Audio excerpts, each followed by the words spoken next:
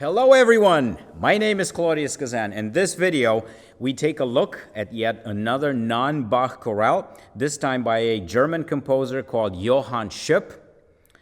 The chorale name is Werde munter meine Gemüte, which means in German, awake my mind. And I'm also going to perform for you Solfege number 47, and from Robert Starr's Rhythmic training book, the number 44. I will be right back.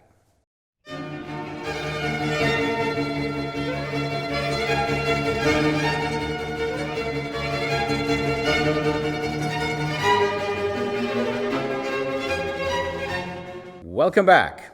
Let's dive right in and talk about this Werde munter meine Gemüte chorale written by Johann Schop, a early to mid-Baroque composer.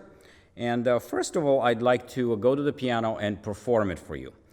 Today we're going to talk about modulation. Modulation in music means changing keys.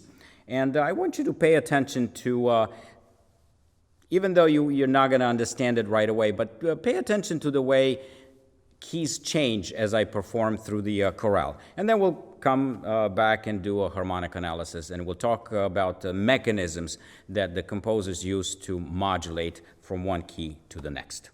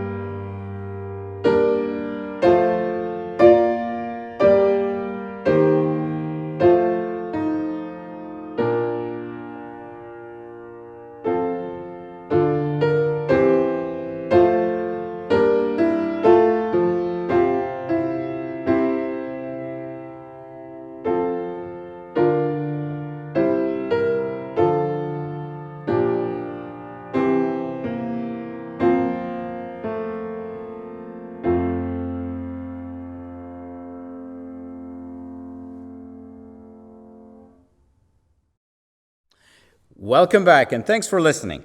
Let's dive right in. You will notice that the chorale, it's written in F major. That's given away by the key signature, 1 flat, and also the tonic chord in the very beginning. I'm starting the harmonic analysis on the F major line. That's why I put the F plus on the very bottom. That's because as we change keys, as we modulate through the chorale, I'm going to have multiple lines dedicated to each key that we're going in. So this one starts in F major, and of course the first chord is the chord of the 1 major, because it's a major chord. F, A, C are the notes. Okay, and we notate that with Roman numeral 1. Okay, next the chorale goes to the chord of the 6, and the chord of the 6 is a minor chord. D, F, and A are the notes. Okay, and I'm going to go a little quicker through this since you've been exposed to these chords already. There's a passing tone in the soprano, notated with a PT. Passing tone, it's a non-chord tone, right? That's approached and left by step in the same direction. But we can argue at this point that that passing tone can also be a chord tone. And in that case, let's look at the notes. We have 2 Ds, one in the bass, one in the tenor. Okay, so that's one of the notes. And then we have the F in the alto. And at that point, on the 4th beat of that measure, we have B flat. Now, if we put these in root position, we have B flat, D, F.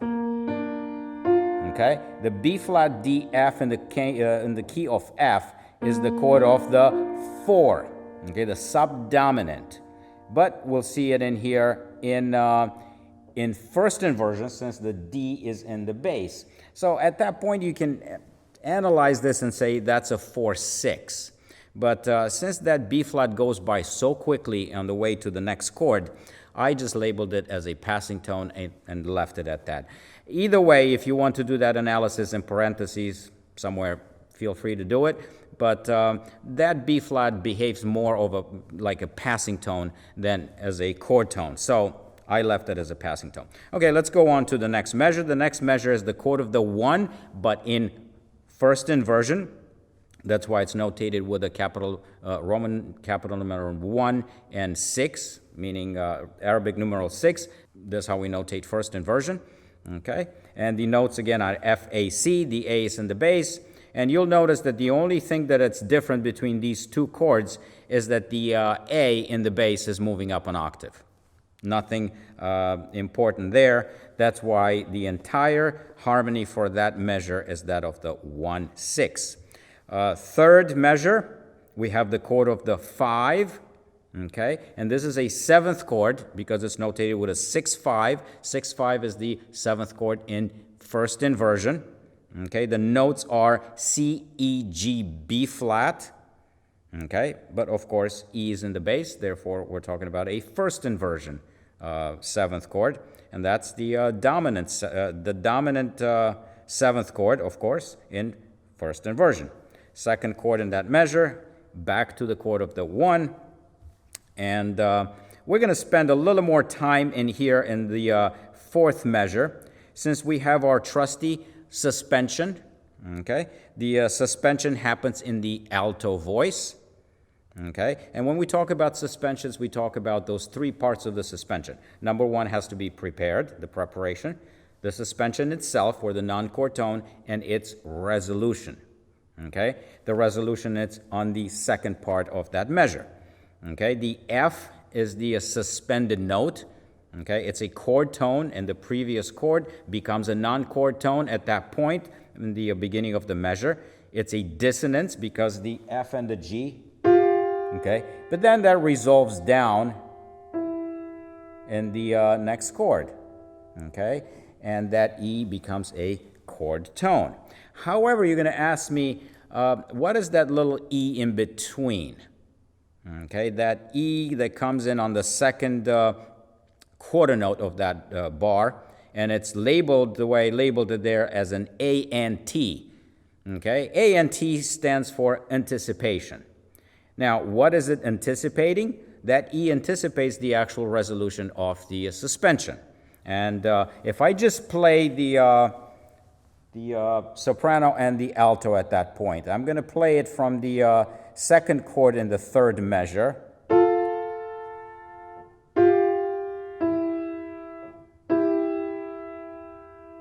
Okay, that anticipation is really not a non-chord tone per se, okay, because that E is a chord tone in that entire measure. Okay, we're talking about the chord of the 5 there with the 4-3 suspension, but the 5 is C, E, G, right? C, E, G in the key of F is the chord of the 5, so E is definitely a chord tone. Okay, but the anticipation sometimes can be a non-chord tone. Not in this case. In this case, that E, the anticipation, is a chord tone, and it anticipates the actual resolution of the suspension in the next chord, the chord with the fermata. Okay, so feel free to stop the video at this point and look at the graphic if you have questions and so. But an anticipation really is could be a non-chord tone or a chord tone of a note that really anticipate a more important note in the following chord. Okay, so you learned about the anticipation at this point as well. All right, let's go on and analyze the next chord. Obviously, the chord of the 1 again, nothing special there. And now we have on the second half, we have the chord of the 4 in first inversion. Of course, the subdominant chord is very important. It's a major chord, okay, and it's present here in first inversion. That's why the 4-6. Okay, let's go on. Now we have again the chord of the 5, and you can see that in the soprano we have a passing tone-like note in there, the B flat. okay? That B flat behaves as a passing tone, but it's also the 7th of that 5 chord. That's why I labeled it actually as the 5-7 at that particular point, but since it behaves like a passing tone, I also labeled it as a passing tone in parentheses. And finally, the last chord on that line is the chord of the 6, which is a minor triad. All right, we owe it to ourselves to analyze the cadence in the middle of the line, okay?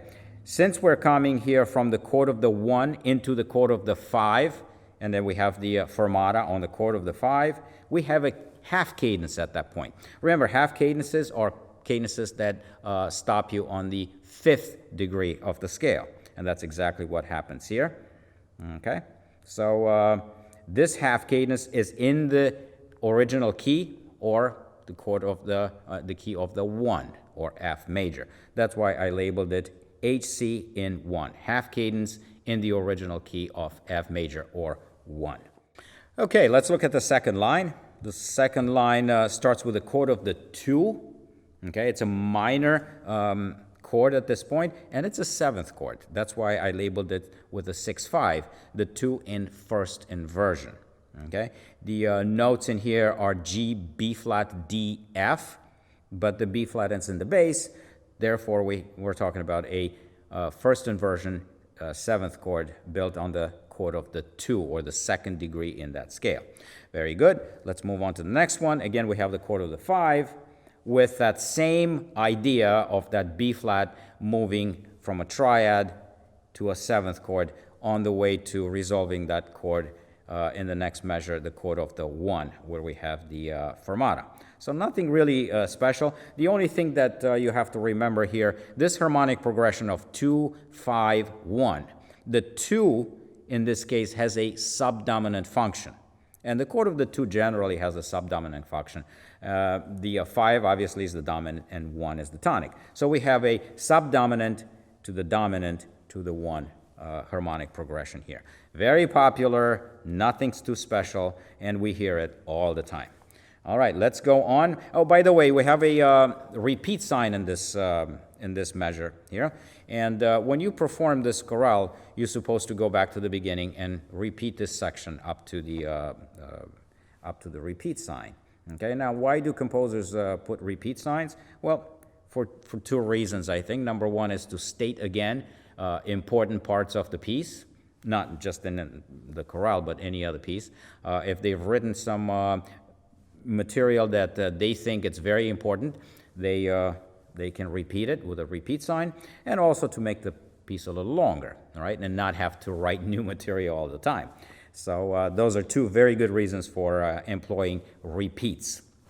Very good. Let's go on to the next chord, the chord of the 5 in the 3rd measure on this line, all right, and it's a triad, no 7th chord this time. C, E, G are the notes, and now we have to spend a little time with this since we have an F sharp in the next chord. Now, F sharp, as you know, does not belong to F major. Okay, F major has 1 flat in the key signature. Okay, and the notes basically for F major: F, G, A, B flat, C, D, E, and F. F natural. Now we have an F sharp in this chord, so immediately you think, okay, we're borrowing that F sharp from another key. Question is, which key are we borrowing this F sharp from? Now, every time something like this happens when you perform harmonic analysis on a chorale, you have to go up to the next cadence to see where does the composer take you into which key, to see if that accidental really makes sense in this new key. And if we go all the way to the next cadence here at the end of the line, we see that the composer takes you to the key of G minor. Okay, you have an F sharp in there also right before the cadence, and you have a cadence in G minor. The chord with the fermata is that of the G minor chord. Now, what is G minor in F major? F, G, okay, G minor is the chord of the 2. So basically, he's borrowing that F sharp from G minor in order to establish G minor as your next key. Now, what is F sharp in the key of G minor? F sharp is the leading tone. Very important note. And by stating that twice, actually, in this next section, he really solidifies G minor as the next chord. He also employs E flat. Now, why E flat? Well, if you think about it, G minor, okay, is the relative minor of B flat major. B flat major, if you think about it, has two flats in the key signature, B flat and E flat. So in order to really solidify G minor, he has to work with the harmonic material of G minor, and that includes E flat. So that's why you see F sharp and E flat being brought in here to solidify G minor as the next key he's modulating in. That's great. However, we have to account somehow, how does he modulate here? Okay, what's the mechanism that he's using? We know that we go into G minor. Therefore, we can start our G minor analysis line, and I do that in here very obviously by putting a G minor, starting a new line.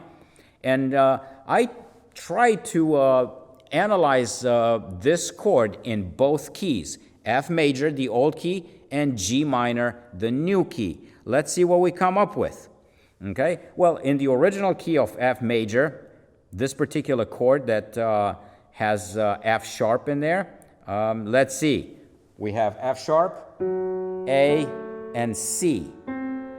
Okay, we only have 3 notes in that chord. Now, F sharp, okay, if we look at the key of F major, is the 7th of 2. 2 being G minor in F major, right? And we see this, of course, in first inversion. That's why the 7, 6 of 2. And you also see that little circle. That means that that particular chord is a diminished chord. The quality of that chord is that of a diminished triad, okay?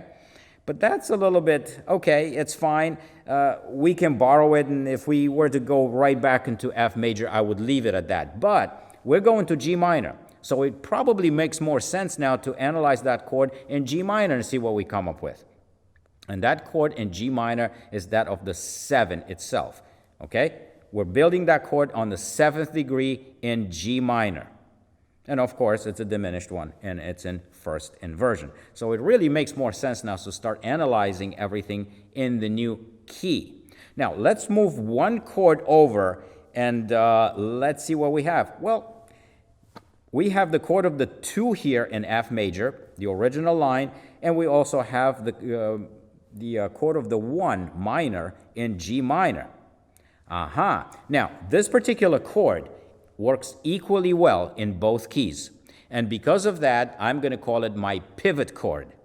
The pivot chord is a chord that works equally well in both keys.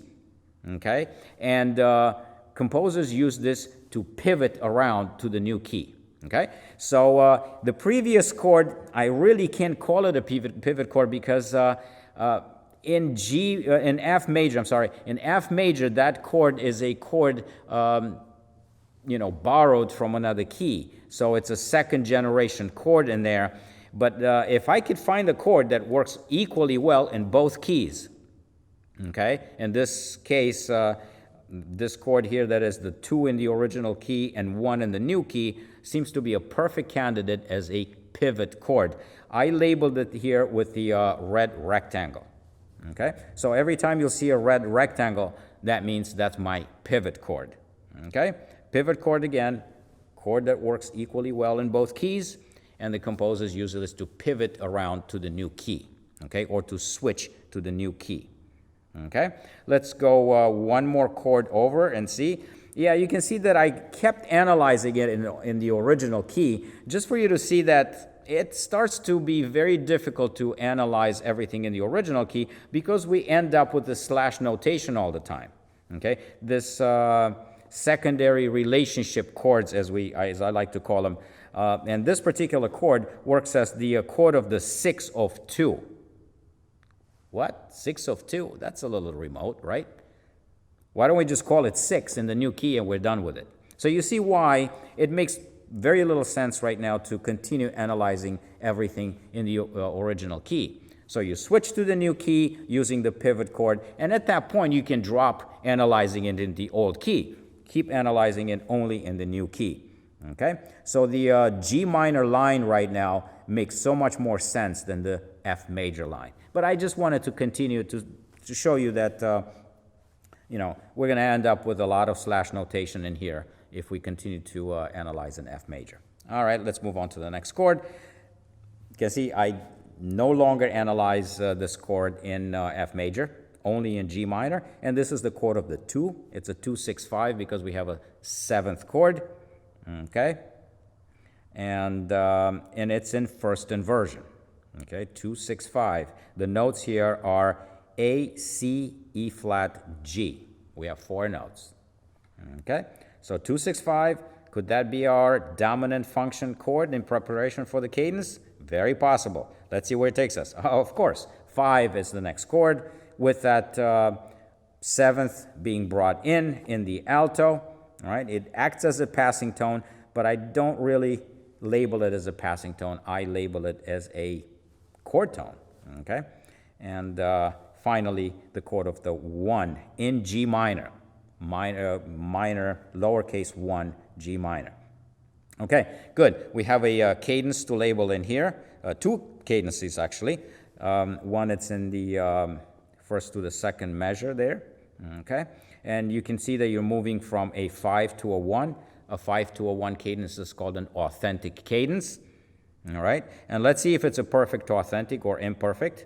We're going to look at the root position of the 2 chords. Yes, they're both in root position. And also in the resolving chord, we have the tonic of the chord present in both the bass and the soprano. Okay? And if these conditions are met, we're talking about a perfect authentic in the key of the 1. Okay? F major. That's fine. How about the second cadence? Obviously, this second cadence is not in the original key. We have moved to the chord of to the key of the 2 in comparison to F major. All right. So our next cadence is going to be in the key of 2, and 5 and 1 are root position, and also we have the root in both soprano and bass in the resolving chord. So we do have another perfect authentic, but this time in the key of the 2. So this is a PA in 2.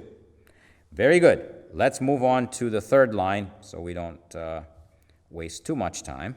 We have the line of G minor here, okay, chord of the 1 again. But in the second chord in that measure, he takes away the F sharp and puts in back F natural, which tells me immediately, oh, he's moving away from our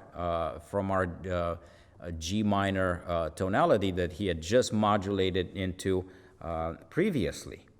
Okay, so now what I need to do, like I did before, I need to go to the next cadence and see where he ends up.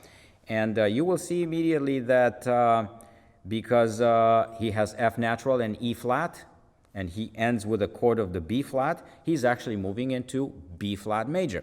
Not a very uncommon modulation, going from G minor to B flat major. That's moving over from the relative minor to the relative major, okay? Remember, B flat and G minor are B flat major and G minor are relative keys, so it's very easy to modulate between these 2 keys. All we have to do is drop the F sharp to an F natural, because there's F natural and B flat major. Keep the E flat, because that's in the key signature of both keys, and we can end up going from the minor key to the major key quite easily. Okay? That's why I immediately start the B flat line. Okay? I know we're moving into B flat major, so I'm starting my B flat line early. And see, where do I have my pivot chord?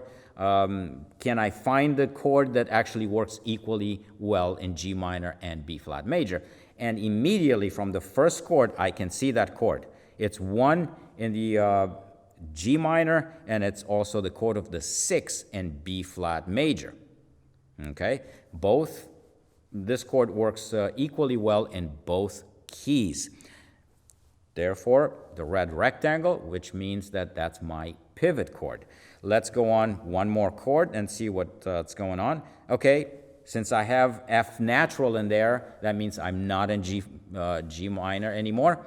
I am going to drop the analysis on G minor and concentrate on analyzing everything now in B flat major. And in B flat major, that chord is the chord of the 5. Very important chord of the dominant.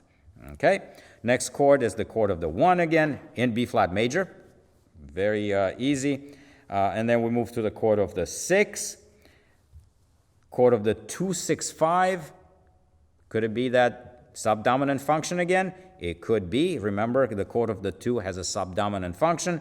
That should move to 5. Let's see if it does. Yes, it does. Okay, with that 5 becoming 5, 7 because of the movement in the alto. Okay, and finally resolving to the chord of the 1 in B flat major. Okay, a very simple harmonic progression here. Started immediately after the last cadence. He switches automatically from G minor into B flat major by the way of one chord. That's your pivot chord, and that's the G minor chord right there in the beginning of the line. Okay, so remember, when you deal with modulation, look ahead at the next cadence to see where does the composer really take you. Start your new line for analysis and find your pivot chord. Okay, if you don't find the pivot chord, that means the composer is probably modulating by different means. But in the Baroque period, they were using a lot of pivot chords because they were modulating into very closely related keys. Okay, now we have F major in the beginning. That's the key of the 1, and then we go to G minor. That's the 2 in F major, not closely related, but close enough. And then from the 2, we're going into the key of B flat major, which is the subdominant in the original key, F major. So B flat major, where we arrive right now, it's the subdominant key of the original key. Okay, subdominant's a very important key. Okay, so it's a closely related key to F major. Okay, so because of that, they stayed within the closely related relationships there. Most of the time, they will employ pivot chords. Okay, let's move on and see what's going on here. Okay, for this, I would have to go to the 4th line to see where the composer takes me, but you will see that actually he drives this entire chorale back home. That's why I am putting the F line, the F major line, back in business here, because the chorale will end on the next line. So if you go to the next cadence on the 4th line, you will see that he actually ends with the chord of the 1 in F major. That's why I'm starting my F major line early in here. And I found my pivot chord immediately because this chord in here, the chord of the F major chord, works as the chord of the 5 in B flat major and also chord of the 1 in the original key of F major. Okay, let's go on and see. Okay, we have the chord of the 6 next in F major, or the chord of the 3 in the B flat major. Now, why don't I choose this as my pivot chord? Well, first of all, the chord of the 3 and the chord of the 6 are not very important scale degrees. 5 and the 1, on the other hand, are the most important. That's why I like to choose that chord as being my pivot chord, okay, and not the 3 and the 6. Could I do it? Possibly, yes, but since I have the 5 and the 1, I definitely will choose that as my pivot chord. We also have the passing tone again, going in the soprano on the way to the next chord. And that could also be labeled as a chord tone. But because of the very transitory characteristics of that B flat, I just left it as a passing tone. Okay. The next chord is that of the 5, okay, in first inversion. In the original key of F right now, we're doing analysis in the key of F because I have dropped analyzing everything in B flat, and the last chord on this line is the chord of the 1 in the original key. Okay, let's quickly analyze that middle cadence that we have before we move on to the 4th and final line. Okay, this is the chord. This is a cadence in It's an authentic cadence, of course, because it goes 5 to 1. Okay, but it's in B flat major. B flat major is the key of the 4, or the subdominant in the original key of F. So that's why I have to label it as a PA, perfect authentic, because of we have root positions on both chords, and the root is present in both bass and soprano and the resolving chord, and this is in the key of 4. Okay, B flat major is the 4th scale degree in the original key of F. I like to, with cadences, I like to refer everything back to the original key, because it gives us a nice picture of how the composer is moving through all these keys and how these keys are actually related to the original key. Okay, very good. Let's go on and finish this chorale by analyzing the 4th line. 4th line starts with the chord of the 2. Okay, now we're doing analysis only in F major, the original key, right? That's why you don't see the F major in the beginning there, because we already stated it in the previous line. But this is the chord of the 2, and you'll also see that passing tone moving in the alto. Okay, on the way to the next chord. And the next chord, the chord of the 1, again in first inversion.